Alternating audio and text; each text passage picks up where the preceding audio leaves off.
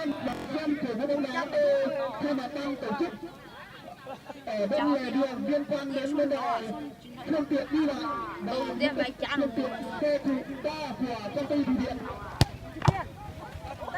Ôi dồi,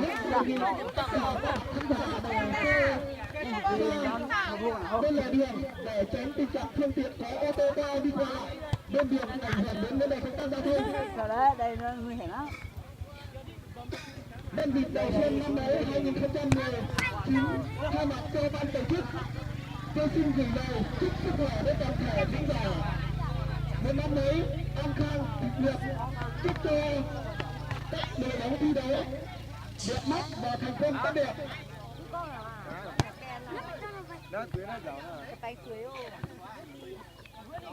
Nó là muối thì nó rồi.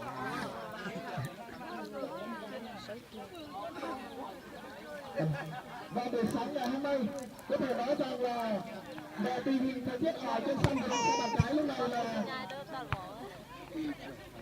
thời tiết tương đối ổn định của kể cả các đội bóng cũng như các khán giả đã đến sân xem lúc này là rồi chơi chờ cho cũng là chơi chóng mà DC và theo dự báo là trung tâm khí tượng thủy văn của hệ thống Yên Bái là 18 độ C.